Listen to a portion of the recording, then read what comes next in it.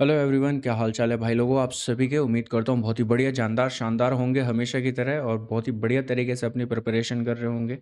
SSC CHSL बेटा अभी चल रहा है और जैसा कि मैंने कहा था कि हो सकता है कि इस बार एडिकुत्ती कंपनी को और सुपर स्कैम कमीशन को आपके ऊपर तरस आ जाए। देखो, तरस तो नहीं आया होगा, लेकिन इनके पास पैसा ज़रूर आ गया होगा। ठीक है, तो अभी जो फैसिलिटीज़ में सुधार है वो काफ़ी हद तक हो चुका है। अगर आप लोग देखोगे तो पिछले एग्ज़ाम्स के मुकाबले अभी बहुत ही ज़्यादा, बहुत ही अच्छे तरीके से कंडक्ट हो रहा है ये एग्ज़ाम। और बहुत ही कम यहाँ पर जो फॉल्ट हुए थे, टेक्निकल एरर्स हुए थे, ठीक है, टेक्निकल ग्लिचेस थे, वो सब बहुत ही ज़्यादा कम हो चुके हैं। ठीक है, तो अच्छी बात है, इनके पास पैसा आ गया है तो एग्ज़ाम अच्छे से करा रहे हैं और कराना चाहिए भी था, पहले का भी कराना चाहिए था और अभी का हो रहा है तो चलो ठीक है।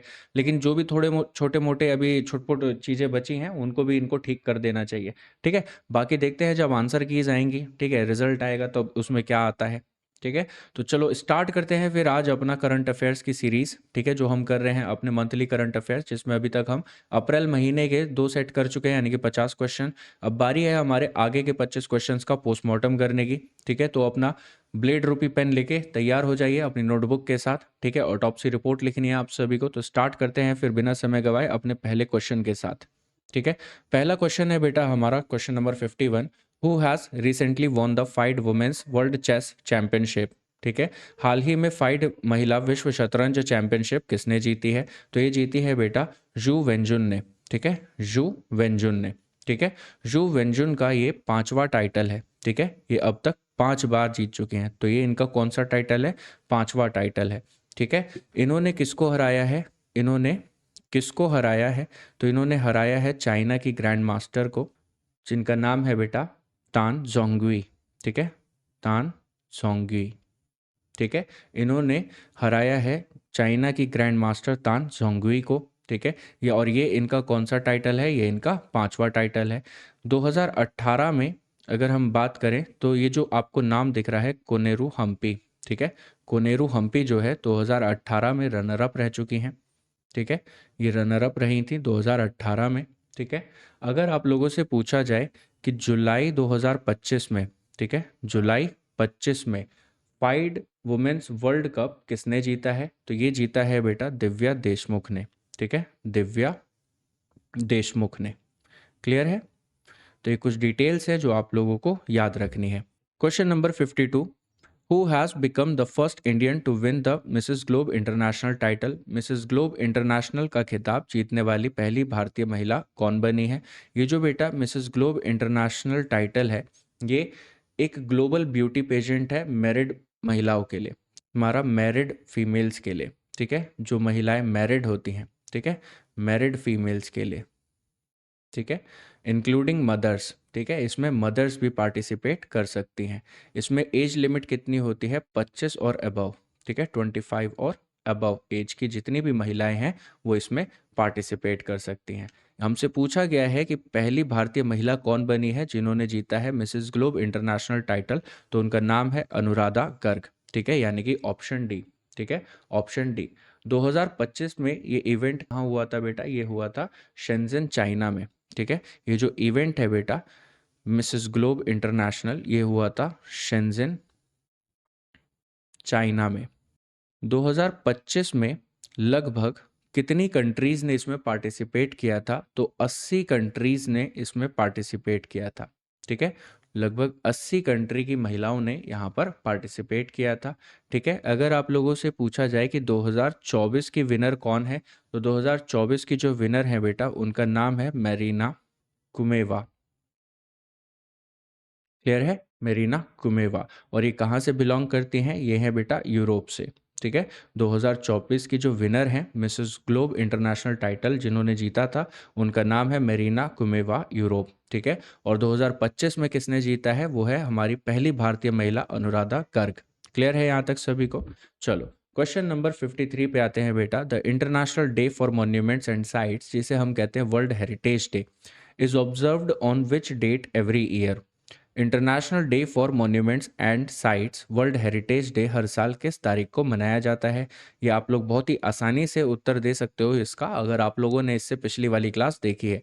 नहीं देखी है तो आपको ऊपर आई बटन पे क्लिक करना है, सीधा आप उस क्लास पे जंप करोगे, उसमें हमने हर एक इम्पॉर्टेंट दिन जो है वो कवर कर रखा है। ठीक है, तो आप पहले वो देख कर आइए, फिर यहाँ पर ये जो ऑप्शंस हैं इसको सिलेक्ट करिए, कौन सा ऑप्शन यहाँ पर सही होगा, ठीक है, और कमेंट करके बताइए कि इसका आंसर क्या होगा, ठीक है। ये आप लोगों के लिए होमवर्क है कि इस क्वेश्चन का जो आंसर है आपको कमेंट करके बताना है कि इसका सही आंसर क्या होगा, वर्ल्ड हेरिटेज डे कब मनाया जाता है, ठीक है। नेक्स्ट क्वेश्चन देखो बेटा, question number 54, which anniversary of the Jallianwala Bagh massacre was observed on 13 अप्रैल 2025। जलियांवाला बाग हत्याकांड की कौन सी बरसी 13 अप्रैल 2025 को मनाई गई है? तो ये मनाई गई है बेटा 106, ठीक है, 106, ठीक है। ये कौन सी बरसी थी? ये थी 106। क्वेश्चन नंबर 55 पे आते हैं, who has won the 15th hockey India senior men national championship. 15वीं हॉकी इंडिया सीनियर पुरुष नेशनल चैंपियनशिप किसने जीती है? तो ये जीती है बेटा पंजाब ने, ठीक है। ये जीती है किसने? पंजाब ने। पंजाब ने किसको हराया है? ठीक है, पंजाब ने किसको हराया है बेटा? यहाँ पर पंजाब ने हराया है मध्य प्रदेश को, ठीक है। पंजाब ने मध्य प्रदेश को हराया है और कितने स्कोर से हराया है? 4-1 के स्कोर से हराया है, ठीक है। 4-1 के स्कोर से यहाँ पर पंजाब ने मध्य प्रदेश को हराया है। क्लियर है?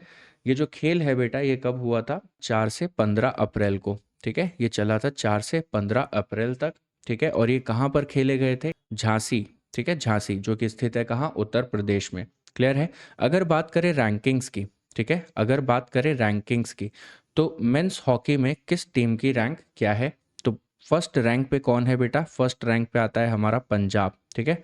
ये 5 बार अब तक ये चैंपियनशिप जीत चुका है, ठीक है। और कौन कौन से साल में ये जीता था? ये जीता है हमारा 2012 में, ठीक है, 18 में, 21 में, 23 में और अब 25 में, ठीक है। सेकेंड रैंक पे कौन है बेटा? सेकंड रैंक पे आता है हमारा मध्य प्रदेश, ठीक है। और थर्ड रैंक पे कौन है बेटा? उत्तर प्रदेश, ठीक है। थर्ड रैंक पे कौन है? उत्तर प्रदेश। यही बात करें वुमेन्स हॉकी की, ठीक है, वुमेन्स हॉकी की, वुमेन्स हॉकी की रैंकिंग क्या है बेटा? फर्स्ट रैंक पे है हमारा झारखंड, ठीक है, झारखंड। सेकंड रैंक पे कौन है बेटा? सेकंड रैंक पे है हमारा हरियाणा, ठीक है, सेकंड रैंक पे है हरियाणा। और थर्ड रैंक पे कौन है बेटा? थर्ड रैंक पे है हमारा मिजोरम, ठीक है, मिजोरम। क्लियर है? तो ये रैंकिंग्स है वुमेन्स हॉकी टीम की और मेंस हॉकी टीम की। क्लियर है? ये आपको थोड़ा सा नोट डाउन कर लेना है अच्छे से। नेक्स्ट क्वेश्चन पे आते हैं बेटा, question number 56, in which country will the headquarters of the International Big Cat Alliance IBCA be established. International Big Cat Alliance IBCA का हेडक्वार्टर किस देश में बनाया जाएगा? तो ये बनाया जाएगा बेटा इंडिया में, ठीक है। ये जो हेडक्वार्टर है IBCA, जिसका फुल फॉर्म है क्या? इंटरनेशनल बिग कैट अलायंस, ठीक है, इसका हेडक्वार्टर कहाँ बनाया जाएगा? इंडिया में, ठीक है। जिसमें 150 करोड़ की फंडिंग जो है, ठीक है, 150 करोड़ की जो फंडिंग होगी वो भारत प्रोवाइड भी करेगा, ठीक है, लगभग 5 सालों तक, ठीक है, 5 साल तक भारत जो है 150 करोड़ की फंडिंग यहाँ पर प्रोवाइड करेगा, किसमें? IBCA में, ठीक है। IBCA बेटा कब लॉन्च हुआ था? ये जो इंटरनेशनल बिग कैट अलायंस है, ठीक है, ये कब लॉन्च किया गया था? ये लॉन्च किया गया था प्रोजेक्ट टाइगर के दौरान, ठीक है। प्रोजेक्ट टाइगर जो है, ठीक है, जब इसका 50th एनिवर्सरी था, ठीक है, 50th एनिवर्सरी था, ठीक है, तभी इसकी घोषणा कर दी गई थी, ठीक है, तभी इसकी घोषणा कर दी गई थी। किसके द्वारा? हमारे कैमरा प्रेमी प्रधानमंत्री नरेंद्र मोदी जी के द्वारा, ठीक है, खाली नमो लिख देते हैं, ठीक है, इतने में आप समझ जाओगे, ठीक है। तो हमारे प्रधानमंत्री नरेंद्र मोदी जी के द्वारा प्रोजेक्ट टाइगर की 50वीं एनिवर्सरी पर, ठीक है, इस IBCA की घोषणा कर दी गई थी कि इसका हेडक्वार्टर कहाँ बनेगा? इंडिया में बनेगा, ठीक है। अगर आप लोगों से पूछा जाए कि इसके फाउंडिंग मेंबर्स में और कौन कौन से देश हैं, ठीक है, इसके फाउंडिंग मेंबर्स में और कौन कौन सी कंट्रीज़ हैं बेटा? तो यहाँ पर फाउंडिंग मेंबर्स में आता है सबसे पहले इंडिया, ठीक है, जहाँ पे इसका हेडक्वार्टर बनेगा। इसके बाद है हमारा निकारागुआ, ठीक है, निकारागुआ। तीसरा है हमारा एस्वातिनी, ठीक है, एस्वाटिनी। चौथा है हमारा लिबेरिया, ठीक है, लिबेरिया। और पांचवा है हमारा सोमालिया, ठीक है। ये 5 कंट्रीज़ हैं जो IBCA की फाउंडिंग मेंबर्स हैं। क्लियर है? तो ये नाम आपको याद रखने हैं। नेक्स्ट क्वेश्चन देखो बेटा, question number 57, who has been elected as the chairperson of the IWLF athletes commission. IWLF athletes commission के चेयरपर्सन के रूप में किसे चुना गया है? तो यहाँ पे चुना गया है चेयरपर्सन के रूप में एथलीट्स कमीशन के मीराबाई चानू को। ठीक है, मीराबाई चानू को आप सभी जानते हैं। मीराबाई चानू जो है ओलंपिक सिल्वर मेडलिस्ट रह चुकी हैं। ठीक है, ओलंपिक सिल्वर मेडलिस्ट रह चुकी हैं। ठीक है, और साथ ही साथ कॉमनवेल्थ गेम्स में, ठीक है, कॉमनवेल्थ गेम्स में 2018 में और 22 में, ठीक है, इन्होंने गोल्ड मेडल भी जीता है। ठीक है, इन्होंने गोल्ड मेडल भी जीता है। ठीक है, IWLF क्या है बेटा? अगर आप लोगों से पूछा जाए ये IWLF क्या है, तो ये है हमारा Indian weight lifting, Indian weight lifting federation. ठीक है, Indian weight lifting federation. Clear है? इंडियन वेट लिफ्टिंग फेडरेशन का हेडक्वार्टर कहाँ है बेटा? इसका हेडक्वार्टर कहाँ है? इसका हेडक्वार्टर है न्यू दिल्ली में। ठीक है, न्यू दिल्ली में। ठीक है, और ये कब इस्टेब्लिश हुआ था? ठीक है, ये इस्टेब्लिश हुआ था 1935 में। ठीक है, और इसके प्रथम प्रेसिडेंट का नाम अगर आप लोगों से पूछ लिया जाए कभी, तो आप लोग क्या आंसर करेंगे? ठीक है, इसके जो फर्स्ट प्रेसिडेंट थे वो कौन थे? वो थे विजय चांद। ठीक है, विजय चांद। क्लियर है? विजय चांद। और अगर पूछा जाए करंट प्रेसिडेंट कौन है? ठीक है, करंट प्रेसिडेंट कौन है? सहदेव यादव। ठीक है, सहदेव यादव जी। ठीक है, सहदेव यादव। क्लियर है? तो ये कुछ इन्फॉर्मेशंस हैं जो आप लोगों को याद रखनी है। Question number 58, who has been appointed as the chairperson of the 23rd law commission of India. देखो, एक और नियुक्ति का क्वेश्चन आया है। भारत के 23वें लॉ कमीशन का चेयरपर्सन किसे नियुक्त किया गया है, ये हमसे पूछा गया है। तो इनका नाम क्या होगा बेटा? जस्टिस दिनेश माहेश्वरी को। ठीक है, जस्टिस दिनेश माहेश्वरी को चुना गया है भारत के 23वें लॉ कमीशन के चेयरपर्सन के रूप में। क्वेश्चन नंबर 59 देखो बेटा, the joint military exercise Dustlik is held between which two countries. Joint military exercise Dustlik किन दो देशों के बीच होती है? तो ये होती है बेटा इंडिया और उज्बेकिस्तान के बीच में। ठीक है, इंडिया और उज्बेकिस्तान के बीच में। इसके ऑब्जेक्टिव्स क्या क्या हैं, ये क्यों करी जाती है? काउंटर टेररिज्म के लिए। ठीक है, इसका जो ऑब्जेक्टिव है बेटा, वो मेन ऑब्जेक्टिव है काउंटर टेररिज्म। ठीक है, military cooperation, joint training. Clear है? Joint training.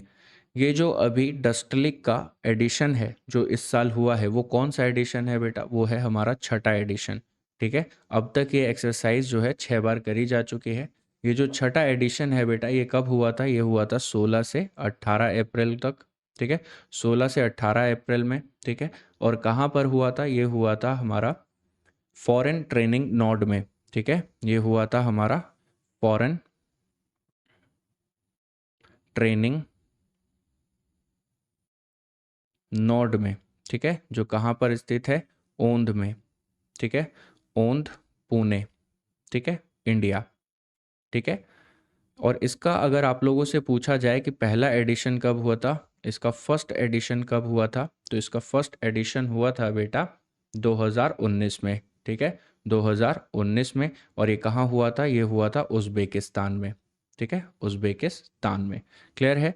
और इसका पांचवा एडिशन अगर आप लोगों से पूछ लिया जाए तो ये कब हुआ था बेटा? ये हुआ था 2023 में। ठीक है, और ये भी कहाँ हुआ था? उज़्बेकिस्तान के तरमेज शहर में। ठीक है, तरमेज सिटी में, जो कि कहाँ स्थित है? उज़्बेकिस्तान में है। क्लियर है? तो ये कुछ डिटेल्स हैं आप लोगों को याद रखनी है किसके बारे में? जॉइंट मिलिट्री एक्सरसाइज, जिसका नाम है डस्टलिक। ठीक है, और ये किन दो देशों के बीच होने वाली सैन्य अभ्यास है?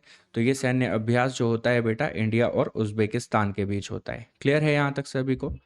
नेक्स्ट क्वेश्चन देखो बेटा, question number 60, in the financial year 2023 to 24 from which country did India receive the highest remittance। Financial year 2023-24 में भारत को किस देश से सबसे ज़्यादा रेमिटेंस मिला है? तो ये मिला है बेटा यूनाइटेड स्टेट्स ऑफ अमेरिका से। ठीक है, तो इसका सही आंसर होगा यूनाइटेड स्टेट्स ऑफ अमेरिका। लगभग 27.7% का जो रेमिटेंस है वो हमें अकेला यूनाइटेड स्टेट्स ऑफ अमेरिका से मिला है।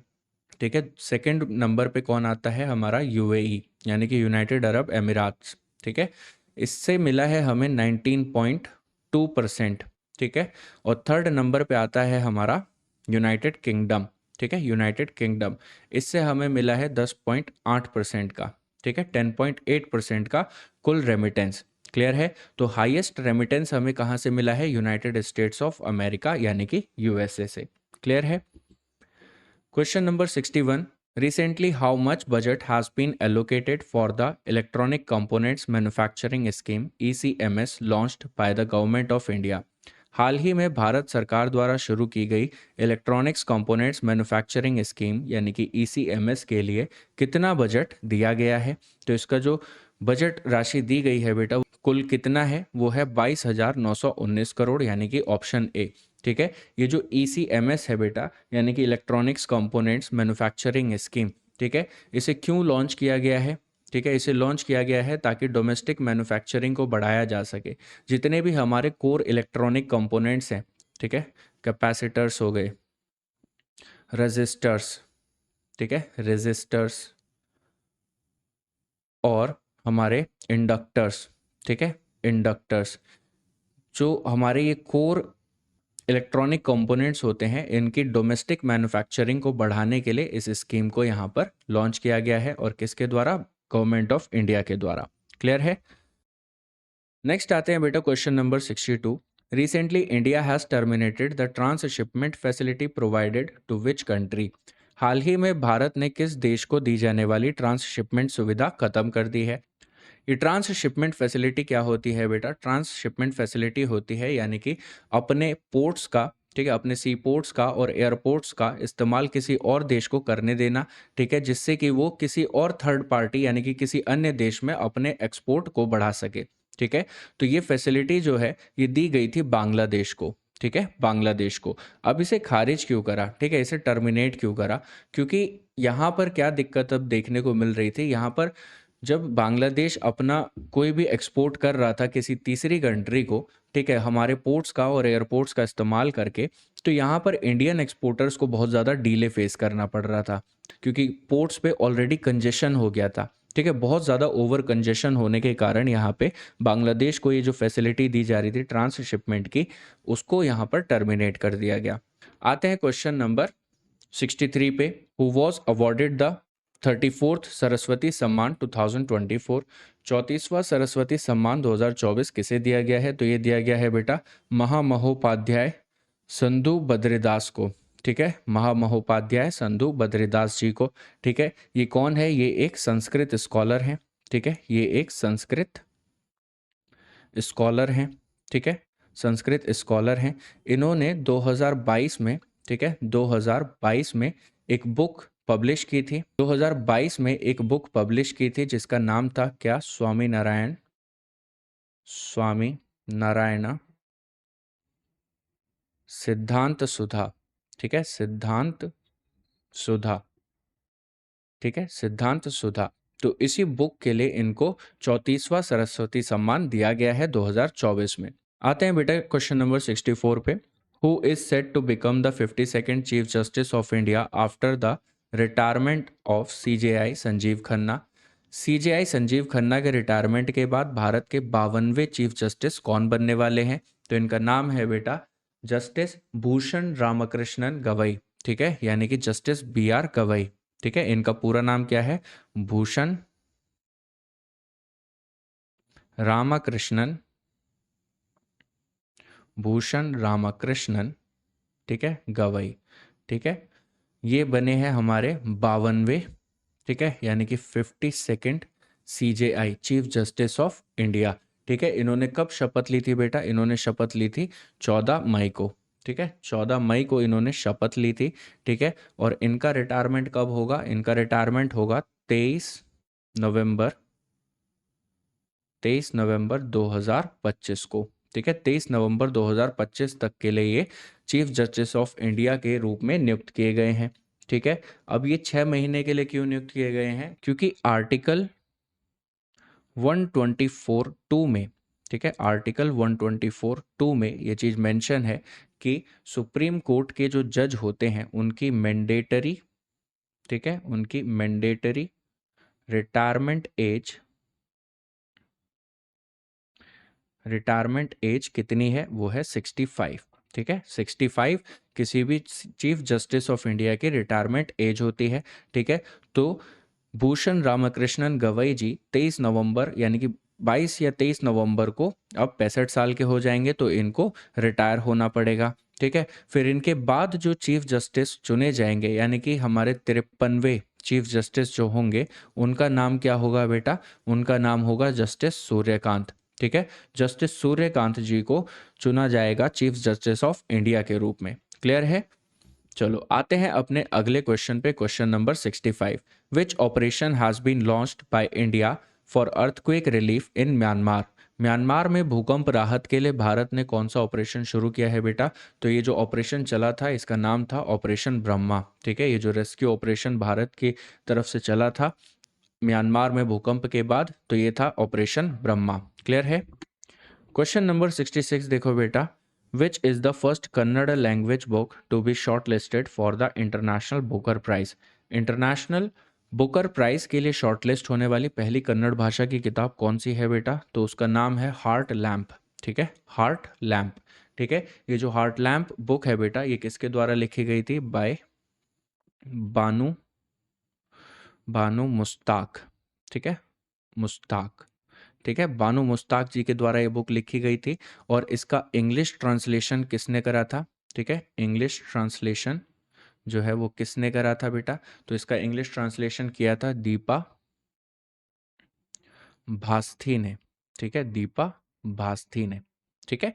तो इस बुक को शॉर्टलिस्ट किया गया है किसके लिए? इंटरनेशनल बुकर प्राइज के लिए। क्वेश्चन नंबर 67 देखो बेटा, which two Indian text have been added to UNESCO's memory of the world register? UNESCO के memory of the world register में कौन से दो भारतीय टेक्स्ट जोड़े गए हैं? तो ये हैं बेटा हमारे दो टेक्स्ट जो कि हैं भागवत गीता एंड नाट्यशास्त्र, ठीक है। भगवत गीता एंड नाट्यशास्त्र को जोड़ा गया है UNESCO's memory of the world register में। क्लियर है? क्वेश्चन नंबर 68 देखो बेटा, where is India's longest rail tunnel being constructed? भारत की सबसे लंबी रेल सुरंग कहाँ बनाई जा रही है? तो ये बनाई जा रही है बेटा, स्टेट पूछा गया है यहाँ पे, तो उत्तराखंड, ठीक है, जो कि भारत की सबसे लंबी रेल सुरंग होगी। अगर आप लोगों से स्पेसिफिकली पूछा जाए कि ये कहाँ पर बनाई जा रही है, तो ये बनाई जा रही है बेटा देव प्रयाग से लेके, ठीक है, देव प्रयाग से लेके, ठीक है, देव प्रयाग से लेके कहाँ तक? जनासू तक, ठीक है, जनासू तक। क्लियर है? देव प्रयाग से लेके जनासू तक, यानी कि बिटवीन देव प्रयाग जनासू। क्लियर है? इसकी कुल लंबाई कितनी होने वाली है बेटा?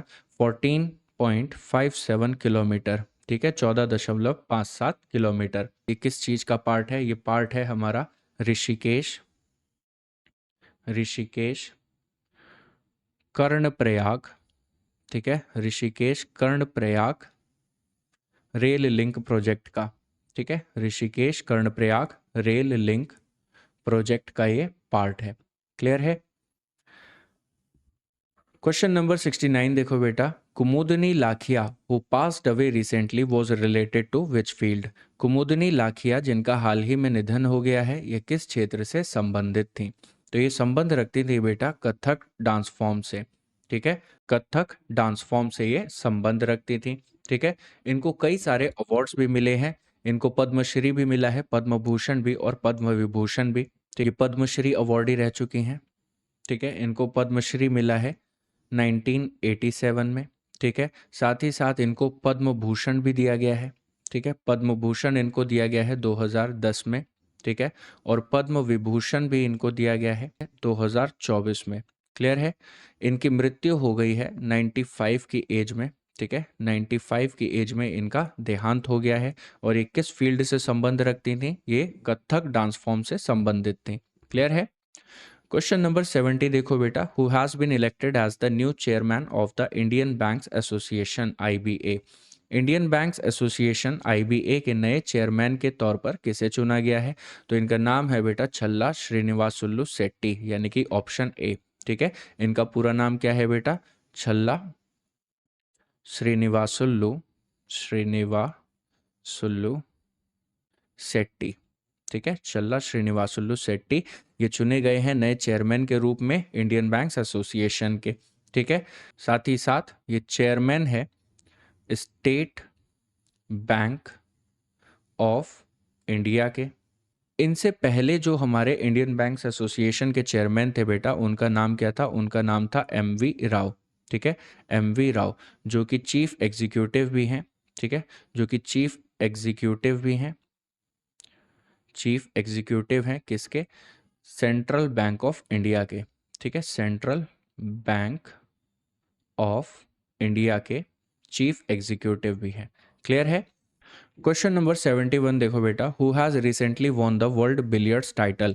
हाल ही में वर्ल्ड बिलियर्ड्स का खिताब किसने जीता है? तो ये जीता है बेटा अप्रैल महीने में सौरव कोठारी ने। ठीक है, सौरव कोठारी ने जीता था इसमें गोल्ड मेडल। ठीक है, और रनर अप पे कौन रहे थे? ठीक है, रनर अप पे थे पंकज आडवाणी। ठीक है, इन्होंने जीता था सिल्वर। ठीक है, सौरव कोठारी ने किसको हराया था? सौरव कोठारी ने किसको हराया था? पंकज आडवाणी जी को। ठीक है, पंकज आडवाणी को। और यहीं पे बात करें ब्रॉन्ज मेडल किसने जीता है बेटा? ठीक है, ब्रॉन्ज किसने जीता है? तो ब्रॉन्ज जीता है ध्रुव सिटवाला ने। ठीक है, ध्रुव सिटवाला ने। ठीक है, तो ये कुछ डिटेल्स हैं आप लोगों को याद रखनी है। अप्रैल महीने की बात करें स्पेसिफिकली, तो इसका जो टाइटल जीता है बेटा वो किसने जीता है? सौरव कोठारी ने। ठीक है, इन्होंने हराया था पंकज आडवाणी को जो कि रनर अप पे रहे थे। ठीक है, और इन्होंने जीता है सिल्वर। ठीक है, यहीं पे ब्रॉन्ज जीता है ध्रुव सिटवाला ने। क्वेश्चन नंबर 72 देखो बेटा, prime minister Narendra Modi will inaugurate the Vizhinjam international C port on May 2। It is located in which state? प्रधानमंत्री नरेंद्र मोदी जी ने 2 मई को विजिंजम इंटरनेशनल सीपोर्ट का उद्घाटन किया था। यह किस राज्य में स्थित है? तो ये स्थित है बेटा हमारा केरला में। ठीक है, ये स्थित है हमारा कहाँ पे? केरला में। ठीक है, केरला में अगर स्पेसिफिकली बात करें तो तिरुवनंतपुरम में। ठीक है, तिरुवनंतपुरम में ये जो हमारा एक डीप वाटर सीपोर्ट है ये स्थित है। ठीक है, जिसका नाम है विजिंजम। ठीक है, और ये भारत का, ठीक है, ये भारत का पहला, ठीक है, भारत का पहला डीप वाटर ट्रांसशिपमेंट पोर्ट है। ठीक है, डीप वाटर ट्रांसशिपमेंट पोर्ट है। ठीक है, जो कि एक्सपेक्ट किया जा रहा है कि आने वाले समय में ग्लोबल मैरीटाइम ट्रेड का एक मेजर हब बनेगा। ठीक है, ग्लोबल मैरीटाइम ट्रेड का, ठीक है, एक मेजर हब बनेगा आने वाले समय में। क्लियर है? तो ये जो हमारा एक डीप वाटर पोर्ट है बेटा, सी पोर्ट, जिसका नाम है विजिंजम, ये कहाँ पर स्थित है? ये स्थित है तिरुवनंतपुरम में। ठीक है, केरला के तिरुवनंतपुरम में।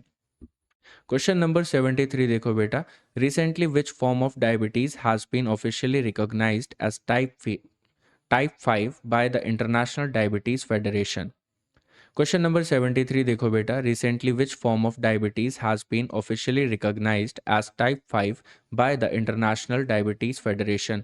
हाल ही में इंटरनेशनल डायबिटीज फेडरेशन ने डायबिटीज के किस रूप को ऑफिशियली टाइप 5 के तौर पर मान्यता दी है? तो ये है बेटा diabetes in lean and under nourished youth. Diabetes in lean and under nourished youth, यानी कि ऑप्शन बी जो है वो हमारा करेक्ट आंसर होगा। ठीक है, इसका मतलब ये है कि जो मेल न्यूट्रिशन की वजह से जो आजकल 25 से कम की उम्र के बच्चों में भी आजकल डायबिटीज़ की प्रॉब्लम्स देखी जा रही है, उसको टाइप 5 का दर्जा दिया गया है। किसके द्वारा? इंटरनेशनल डायबिटीज़ फेडरेशन के द्वारा। आते हैं बेटा क्वेश्चन नंबर 74 पे, Mondo Duplantis who won the Laureus world sportsman of the year award 2025 is related to which sport? Mondo Duplantis जिन्होंने Laureus world sportsman of the year award 2025 जीता है, ये किस खेल से संबंध रखते हैं? तो ये संबंध रखते हैं बेटा पोल वॉल्ट से। ठीक है, ऑप्शन ए जो है वो करेक्ट आंसर होगा। इस गेम को हम पोल जंपिंग भी कहते हैं, पोल जंपिंग, जिसमें एक पर्सन एक बहुत ही लंबा सा पोल लेके भागता है। ठीक है, फिर उस पोल के सहारे बहुत ऊंची सी जंप करता है और पोल को क्रॉस करके आगे जाता है। ठीक है, तो उसी को हम पोल वॉल्ट या फिर पोल जंपिंग भी कहते हैं। नेक्स्ट क्वेश्चन पे आते हैं बेटा, question number 75, which country's photographer has been awarded the world press photo of the year award by world press photo. किस देश के फोटोग्राफर को वर्ल्ड प्रेस फोटो द्वारा world press photo of the year award से सम्मानित किया गया है? तो ये देश का नाम हमसे पूछा गया है बेटा, इसका नाम है पलिस्तीन। और किस फोटोग्राफर को यहाँ पर ये अवार्ड दिया गया है? ये इनका नाम है बेटा समर, ठीक है, समर अबू एलॉफ, ठीक है, समर अबू एलॉफ। इनको world press photo of the year का अवार्ड दिया गया है, ठीक है, वर्ल्ड प्रेस फोटो के द्वारा। इन्होंने एक जवान लड़के की फोटो क्लिक करी थी, ठीक है, ये पोर्ट्रेट जो आप देख रहे हो यहाँ पे, ठीक है, इस फोटो में जो ये पोर्ट्रेट आपको दिख रहा है, जो बच्चा दिख रहा है, ठीक है, एक जवान लड़का है फलस्तीन का, ठीक है, गाजा की एयर स्ट्राइक में इसने अपने दोनों हाथों को खो दिया, ठीक है। तो इसी बच्चे का ये जो पोर्ट्रेट इन्होंने निकाला था, इसके कारण इनको world press photo of the year का अवार्ड दिया गया है। तो यहीं पे ख़त्म होता है हमारा आज का लास्ट क्वेश्चन। फिर मिलते हैं हम अपनी अगली क्लास में। तब तक आपको क्या करना है बच्चों, हमेशा की तरह वीडियो को लाइक करना है, शेयर करना है अपने दोस्तों के साथ, सब्सक्राइब करना है हमारा चैनल, टेलीग्राम चैनल आप लोगों को ज्वाइन कर लेना है, ठीक है। इस पे जो भी हम डेली क्विज डालते हैं उन सभी को आंसर करना है। मिलते हैं फिर अब हम अपनी नेक्स्ट क्लास में अपने अगले सेट के साथ, धमाकेदार क्वेश्चंस के साथ, ठीक है। तब तक के लिए गुड बाय, टेक केयर।